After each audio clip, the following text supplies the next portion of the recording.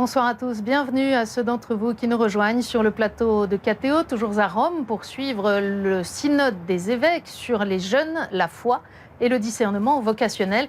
Et nous avons la joie d'accueillir sur ce plateau aujourd'hui l'archevêque coadjuteur de Kinshasa en République démocratique du Congo, Monseigneur Fridola Ambongo. Bonjour Monseigneur. Bonjour. Merci d'avoir bien voulu nous rejoindre pendant un des rares temps de pause de ce synode qui vous fait beaucoup travailler. Monseigneur, peut-être avant de parler du synode et des sujets de réflexion ici, nous dire un mot de votre pays qui connaît toujours une situation politique assez tendue. Les évêques sont très impliqués dans la veille sur le processus démocratique en cours. Qu'est-ce que vous avez envie de dire aujourd'hui au sujet de la RDC ? Mais je crois vous savez aussi que le 23 décembre, il y aura des élections générales au Congo. Tout ce que je peux demander, c'est que ces élections aient lieu. Parce que le peuple, depuis quelques années, attend ces élections. Nous avons beaucoup travaillé comme Église catholique et surtout les évêques de la conférence épiscopale qui avait produit l'accord de la Saint-Sylvestre. Et cet accord était supposé mettre fin à la crise politique que nous connaissons depuis longtemps. Il y a eu beaucoup de mauvaise volonté de la part de politiciens, surtout ceux qui sont au pouvoir. Et maintenant, je crois qu'on est dans la ligne droite. Il faut que ces élections aient lieu. Ce qui n'est pas encore une garantie, nous avons des doutes si les élections auront lieu à cause de cette histoire de la machine à voter, que le peuple considère comme une machine à tricher. Nous continuons notre travail parce que nous avons été le parrain de l'accord de la Saint-Sylvestre et nous pensons que aussi longtemps les élections n'ont pas lieu, notre mission ne s'arrête pas. C'est pourquoi nous continuons à travailler avec les uns et les autres, surtout du côté de l'opposition, pour que l'opposition aille unie aux élections. Nous travaillons aussi avec la CENI, qui est la Commission électorale nationale et indépendante, pour qu'ils prennent quand même en considération les observations qui ont été faites par le Westminster Foundation for Democracy, qui a donné 15 observations. La CENI doit prendre ça en considération. Autrement, je vois difficilement comment l'opposition va accepter. Vous travaillez notamment avec les autres dénominations chrétiennes, y compris avec les anglicans. Est-ce que c'est normal que les leaders chrétiens soient aussi impliqués dans la vie politique d'un pays ? Ça signifie tout simplement que la classe politique a failli à sa mission. Si nous avons été amenés à jouer ce rôle, c'est parce que ceux qui devaient le faire ne le font pas. Et l'Église catholique au Congo, en particulier, joue un rôle déterminant. Cela signifie aussi la faillite de l'État. Monseigneur, ce n'est pas les seules difficultés qu'affronte votre pays. Il y a quelques mois à peine, il y a eu une épidémie du virus Ebola au printemps dernier. Comment est la situation maintenant ? Ebola s'est manifesté au mois de mai, avril-mai passé, et c'était justement dans mon ancien archidiocèse de Mbandaka-Bikoro. Moi-même, j'étais au front avec les humanitaires et l'OMS pour donner des consignes à la population sur l'attitude à adopter pendant cette période. Ça, c'était à l'ouest du pays. Et je crois qu'en 2 mois maximum, on avait réussi à maîtriser Ebola à Bikoro. Après 2 mois, la maladie s'est manifestée de nouveau de l'autre côté, l'extrême est, à Beni. Et je dois dire, par rapport à la situation à l'ouest, il y a plus de dégâts aujourd'hui à Beni. Ça nous préoccupe beaucoup parce que contrairement à la situation à l'ouest, à Beni, c'est une zone d'insécurité et une zone de guerre. Alors, ce qui rend le travail, le suivi des malades difficile. Et ça fait des morts. Monseigneur, quand on est au cœur de préoccupations aussi graves pour la sécurité, pour la santé des habitants, est-ce que les sujets dont on parle ici au synode vous semblent essentiel, premier? C'est un sujet qui intéresse énormément la jeunesse de chez nous. Et je peux vous dire, régulièrement, les jeunes du Congo et de Kinshasa en particulier nous appellent pour dire « trouvez-nous des solutions à nos problèmes ». Évidemment, ils attendent peut-être trop du synode. C'est dire l'intérêt qu'ils portent à ce synode. Alors vous êtes, je l'ai dit, archevêque coadjuteur de Kinshasa, donc vous succéderez un jour au cardinal Monsengo Passigna, qui est bien connu aussi des téléspectateurs de KTO, qui est un des membres du C9, le conseil du pape. Vous êtes aussi vice-président de la conférence épiscopale de votre pays et vous participez à ce synode, mais ça n'est pas votre premier synode. Est-ce qu'il y a des choses qui vous frappent dans celui-ci, dans le fonctionnement, dans la manière de vivre le synode? Effectivement, le premier synode auquel j'ai assisté, c'était le deuxième synode pour l'Afrique. Contrairement à celui-là, ce synode-ci, je dois dire, c'est un synode joyeux.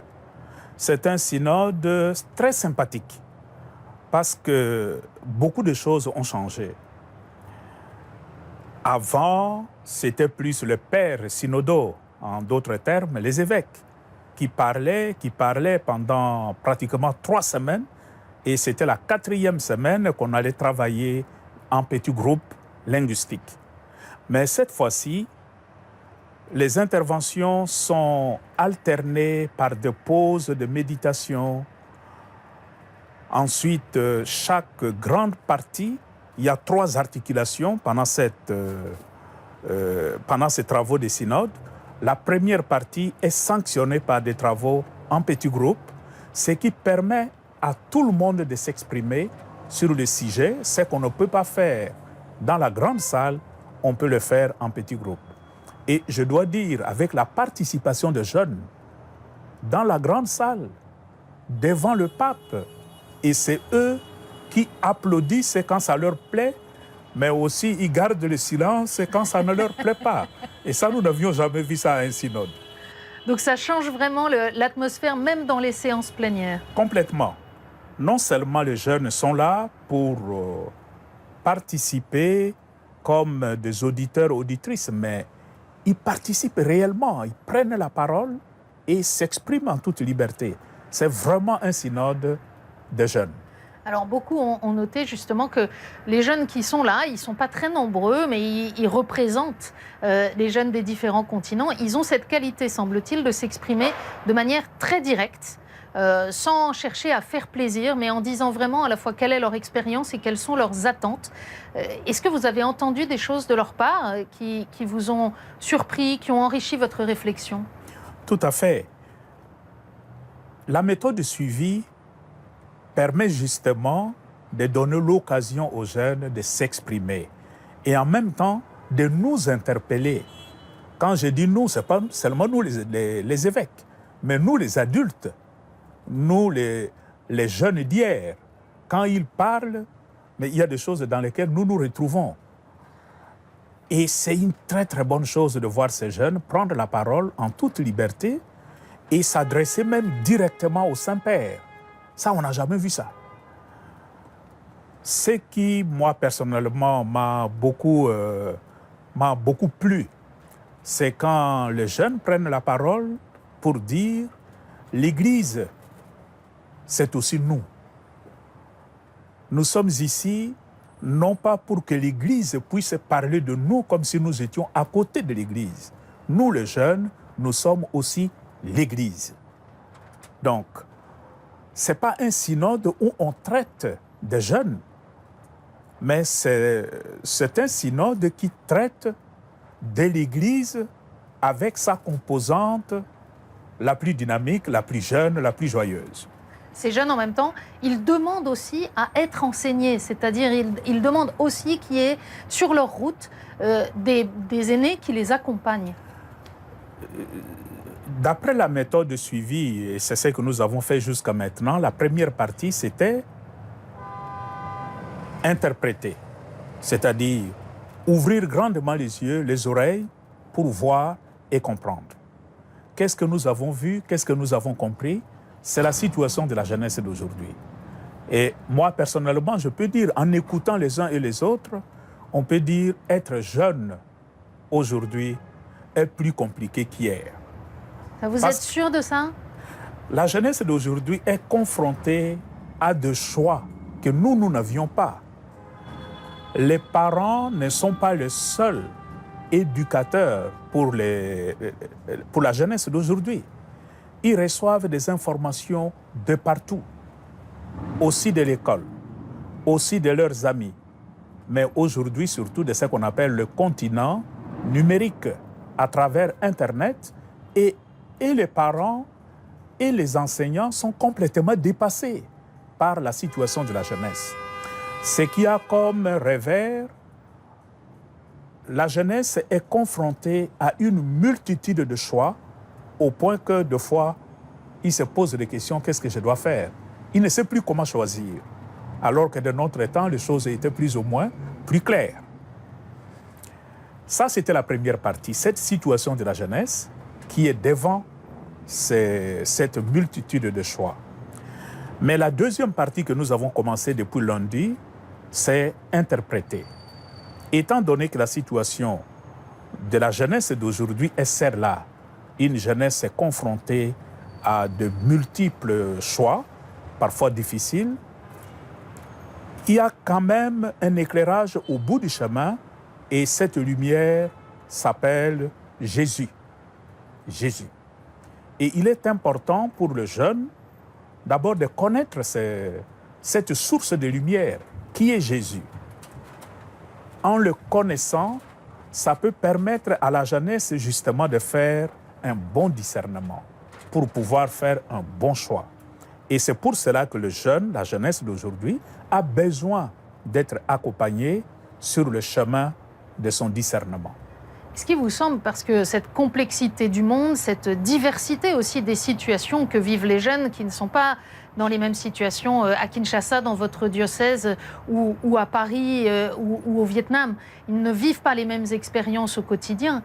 Est-ce qu'il vous semble que ce synode pourra trouver une parole qui s'adresse à tous sur la question notamment de savoir comment provoquer cette rencontre avec Jésus pour les jeunes d'aujourd'hui? Tout en étant différents, il y a un point commun entre la jeunesse d'aujourd'hui et c'est justement la situation des personnes devant une multitude de choix. Ça, c'est vraiment partagé par toute la jeunesse du monde entier. Évidemment, il y a des contextes sociaux, culturels qui varient selon les continents, selon les pays. Mais ce synode, tel que ça se déroule, je crois qu'il trouvera l'articulation qui convient pour apporter une réponse dans laquelle chaque catégorie de la jeunesse du monde trouvera une réponse à ces questionnements. Le défi de la transmission de la foi, le défi aussi de rejoindre les jeunes qui parfois n'ont jamais entendu parler du Christ et de son évangile. Ce sont des préoccupations sur lesquelles vous échangez aussi entre pasteurs, dans les couloirs, en dehors des séances? Tout à fait. Même dans le petit groupe, nous avons beaucoup traité de ça aujourd'hui, parce que quand nous voyons la vocation première de l'Église, la vocation première de l'Église n'est pas seulement d'accompagner les jeunes catholiques à Jésus, mais c'est d'abord conduire tous les hommes, toutes les femmes vers leur béatitude finale, leur bonheur final. Et là, c'est indépendamment des confessions religieuses, c'est indépendamment de nos cultures. Ça, c'est la mission première de l'Église. Et au milieu de ces gens, il y a une catégorie qu'on appelle les baptisés, ceux qui sont baptisés. Cette précision est importante parce que la troisième partie, nous aurons à arrêter des stratégies pour une catéchèse, pour une action pastorale. Si je prends l'exemple du Congo, vous connaissez la situation de la jeunesse chez nous. C'est une jeunesse qui vit dans un contexte socio-économique complètement délabré, où les jeunes ne savent plus de quoi sera fait leur lendemain.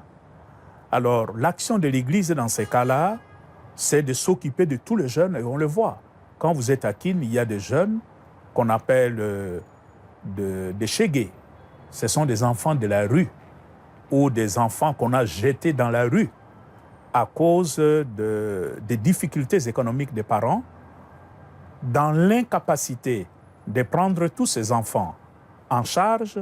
Il y a des parents qui sont tentés de se débarrasser de leurs enfants à bon prix. Il y en a qui les déclarent des sorciers. C'est pour calmer leur conscience. Mais tous ces enfants, en tout cas la plupart, ils viennent vers l'Église, alors que ces enfants ne sont pas tous des catholiques. Donc la mission de l'Église, lorsqu'il s'agit d'accompagnement de la jeunesse, c'est vraiment un accompagnement global. Le jeune catholique, mais aussi au-delà. Vous le disiez, la mission du synode, à la fin, dans le texte que vont rédiger les évêques, sera aussi de proposer des actions stratégiques, des manières de faire, des manières d'agir. Et la lecture extérieure, la lecture médiatique qu'on fait souvent d'un synode comme celui-là, c'est d'aller chercher entre qui sont les conservateurs et qui sont les progressistes, pour faire court. Mais c'est quand même une clé de lecture qu'on entend et qu'on lit un peu partout. Est-ce que c'est la perception que vous avez vue de l'intérieur? Contrairement à d'autres synodes, comme on a eu dernièrement sur le mariage, je crois que ce synode est un synode serein. Il n'y a pas d'un côté un groupe et de l'autre un autre. Nous sommes pratiquement tous d'accord sur la question de la jeunesse et la nécessité, je dirais même l'obligation d'accompagner cette jeunesse vers un avenir meilleur. Et là-dessus, je crois qu'il n'y a pas de clivage. Est-ce que le synode est un lieu où se crée aussi l'enseignement de l'Église? Oui. Les synodes, ce sont tous les pères qui se retrouvent, qui se posent un certain nombre de questions et ensemble, ils essayent d'imaginer, de développer une solution qui soit à la fois doctrinale, mais surtout pastorale pour la question qui se pose. Et on peut dire que c'est un lieu où l'Église chemine, l'Église avance, parce que les questions qui se sont posées, qui se posent, mais ce sont des questions qui évoluent. C'est vrai. Et en même temps, on sait qu'un synode, ça se termine par un texte, ou plusieurs textes en réalité. Il y a celui que les évêques vont produire, qu'ils ont choisi de remettre au pape. Le pape, à son tour, il n'est pas obligé, mais on a l'impression que c'est la voie qu'il annonce déjà un peu, devrait publier un texte final qui s'appelle l'exhortation apostolique post-synodale. En réalité, dans la proportion de la population, il y a très peu de gens qui lisent réellement ces textes et qui les travaillent. Je me souviens d'un père synodal sur une autre session du synode qui disait la première chose que le synode change, c'est l'expérience d'église de ceux qui participent à ce synode. Est-ce que vous confirmez que c'est la première chose qui change? Je confirme ça parce que c'est déjà sorti dans nos échanges. Il y a quelques pères synodaux qui ont même proposé en présence du pape. Et ça va sortir dans nos propositions. Et le pape écoute beaucoup. Beaucoup ont dit le document final, le document post-synodal, devra adopter un style nouveau, c'est-à-dire le style de jeune. Pas un style magistral comme nous sommes habitués de le faire, et parfois beaucoup ne comprennent pas, mais il faut un langage de jeunes. Or, le langage des jeunes, c'est plutôt un langage bref, court, dialogal, pour permettre aux jeunes de se retrouver. Ce serait notre souhait que ces documents soient exprimés d'une autre manière. Mais si on simplifie le langage, est-ce qu'on ne risque pas aussi de simplifier le propos, c'est-à-dire l'enseignement? Non, comme avec le catéchisme, notre catéchisme de l'Église catholique, qui a adopté une méthodologie, un thème, mais libellé en très peu de mots, et on apporte une réponse. Ça permet de se retrouver, de comprendre assez facilement. Je crois que c'est faisable sans perdre de vue la teneur, le sérieux du contenu. On peut garder le contenu, mais en exprimant de façon agréable et facile à saisir pour les jeunes. Et Monseigneur, pour vous, à titre personnel, qu'est-ce que ça représente, cette expérience? Moi, je suis très heureux d'être ici. D'abord, l'Église au Congo, c'est une Église des jeunes. Vous avez déjà été dans notre pays, je crois que vous avez eu à vous en rendre compte. L'espérance de vie au Congo ne dépasse guère 46 ans. Ça signifie que essentiellement, c'est une société de jeunes. Et la catégorie dont on parle ici, pour nous, ça représente plus ou moins la moitié de notre population. Ça représente, je dirais même un peu plus que la moitié des gens qui fréquentent notre Église. Alors, être là pour traiter de cette question, pour moi, c'est vraiment apporter une réponse qui convient aux problèmes qui se posent chez nous et aussi le fait que je me rends compte que sur certaines questions, c'est le même problème qui se pose partout. On peut dire, mais la jeunesse qui est au Congo, mais c'est la même jeunesse qu'on trouve un peu partout ailleurs. Donc, l'expérience pour moi, c'est d'abord une expérience d'église. Le fait que je me retrouve avec mes pères, les évêques, les prêtres et puis tous les autres délégués qui sont venus. Mais en même temps, le partage d'expériences, ça réconforte énormément, ça donne aussi l'énergie, le courage, une fois de retour dans mon pays, me retrouver avec mes collaborateurs pour imaginer la manière la plus efficace pour aider notre jeunesse. Vous pensez que vous rentrerez à Kinshasa avec plein d'énergie reçue ici au Synode, malgré toute la charge de travail que ça représente aussi? Mais je crois. Le fait que nous sommes déjà gagnés par cet enthousiasme que nous apportent ces synodes. C'est un synode enthousiasmant. Et ce qui est enthousiaste emballe. Nous sommes déjà emballés et à la fin, je suis sûr, quand nous rentrerons chez nous, ce sera des évêques un peu plus rajeunis, un peu plus jeunes, qui rentrent dans leur diocèse. Vous parliez de la présence du pape qui est là aussi dans les travaux, qui suit avec attention, qui intervient parfois. C'est aussi une expérience importante pour un évêque de partager ces moments avec le pape? C'est une expérience très importante et nous avons encore eu ce privilège que tous les évêques n'ont pas eu. Nous sommes logés à Santa Marta. C'est la résidence actuelle où le pape reste. Donc nous prenons l'ascenseur avec lui, nous allons dans la salle du synode avec lui en marchant. Et ça, on n'a jamais vu ça.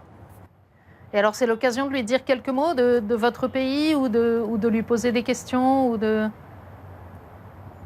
Effectivement, lui donne l'occasion à tout le monde de l'aborder. Même les jeunes qui nous ont accompagnés ont déjà eu le temps de parler avec lui. Mais pour des choses sérieuses, là, nous demandons un rendez-vous avec lui. Et je peux déjà vous le dire, j'aurai un rendez-vous avec lui demain. La situation en RDC reste préoccupante. On l'a bien compris au début de cet entretien, Monseigneur, avec cette perspective dont on espère beaucoup que les élections puissent se dérouler et bien se dérouler comme prévu à la fin de l'année. Qu'est-ce qu'on peut vous souhaiter pour ceux qui nous regardent en Europe, en Afrique, partout dans le monde? Qu'est-ce qu'il faut souhaiter pour vous, ceux qui veulent prier à votre intention? Que demander pour vous? Mais là, nous avons toujours demandé qu'on prie pour nous parce que c'est une situation très difficile, une situation très angoissante pour le peuple. Mais ce que nous avons toujours demandé à notre peuple, c'est ne jamais désespérer. Et c'est cette espérance qui vient aussi de notre foi qui nous fait tenir le coup. Et quand vous arrivez au pays, dans notre pays, où les conditions sont extrêmement difficiles, mais vous trouvez un peuple heureux, un peuple joyeux, un peuple qui continue à s'accrocher à la vie, à célébrer la vie malgré les difficultés qui sont là. Donc, s'il y a un souhait à formuler, c'est que le peuple congolais ne puisse jamais perdre cette espérance qui est en lui. Monseigneur, merci infiniment de nous avoir accordé ce temps, d'être venu nous rejoindre. En sacrifiant un de vos rares moments de repos et de tranquillité au cœur de ce synode. Merci de nous avoir donné ce temps, Monseigneur. Merci. Et puis merci à vous tous qui suivez les rendez-vous du synode. Je rappelle que vous pouvez tous les retrouver sur le site internet de KTO, www.ktotv.com. Et naturellement, nous continuons la série d'entretiens jusqu'à la fin du synode, chaque mardi et chaque jeudi soir à 19h40.